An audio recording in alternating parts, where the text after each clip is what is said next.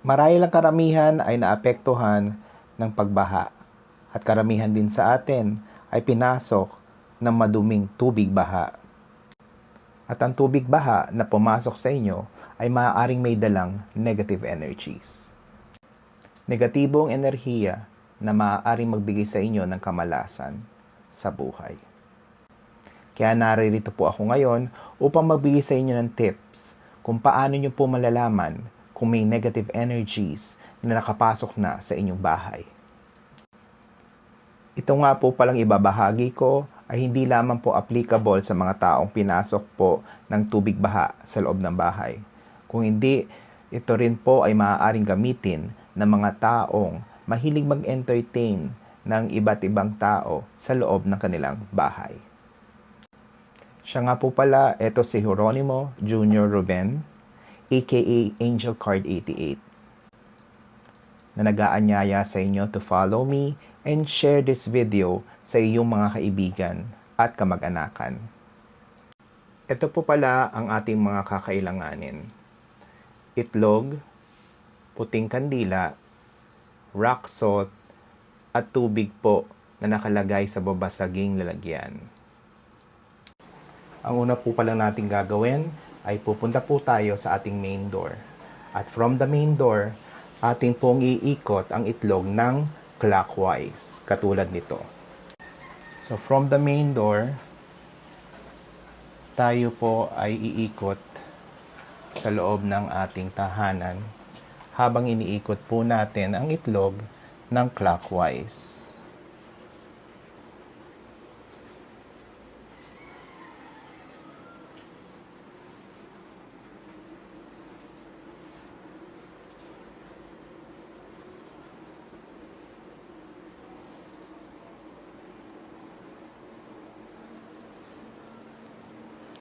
Make sure na lahat po ng corner sa baba, including yung ating CR, ay napaikutan na rin po nito. Atin po itong gagawin hanggang sa makarating po tayo sa loob ng ating kwarto at atin po ikutan din lahat ng bahagi ng nasa taas natin kung meron po kayong second floor, and so on and so forth. At pag natapos na po kayong makover ang lahat ng bahagi ng inyong tahanan, kukunin niyo po itong itlog, kukunin niyo po ang inyong baso, kayo po ay maglalagay ng asin sa loob ng basong may tubig. Isang kurot ng asin ay more than enough. And next po, atin pong ilalight yung candle.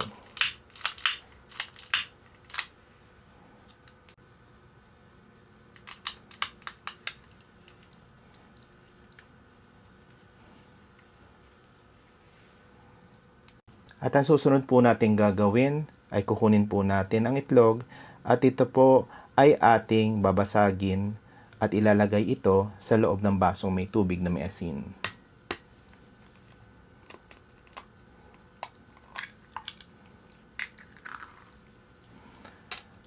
Atin pong oobserbahan ang itlog. Kapag ang itlog po ay lumutang, ang ibig sabihin po, mayroon pong presensya ng negative energies sa inyong bahay. At kung naman po ang itlog ay nasa bottom katulad nito, wala pong negative energies sa ating tahanan. Sa paglagay po ng itlog, ang pag-obserba po natin ay hindi po lalagpas ng 10 minuto. So maaari nyo po siyang obserbahan from the time na ilagay nyo hanggang 10 minuto. Kapag ito po ay hindi po lumutang, ito po ay nagsasabi na tayo po ay walang negative energies sa loob po ng ating bahay. At kapag nakakuha naman po kayo ng resulta na nakalutang po ang itlog or yung dilaw ng itlog sa itaas, ibig sabihin po ay may negative energies po na nakuha yung itlog. So ang ating pong gagawin ay ating pong dadalhin ito sa ating labas at ito po ay ating i-dispose or itatapon lahat. Sa mga nakakuha naman po ng resulta na nasa ilalim po ang dilaw ng itlog, ito po rin ay inyong itatapon sa labas pagkatapos po ng ginawa niyong ritual. Maaari niyong hawakan ng container o pinaglalagyan nito at humiling po kayo na isama lahat-lahat ng mga negatibong enerhiya na na-absorb po ng itlog na may asin at tubig. At don't forget to say, walang kapalit.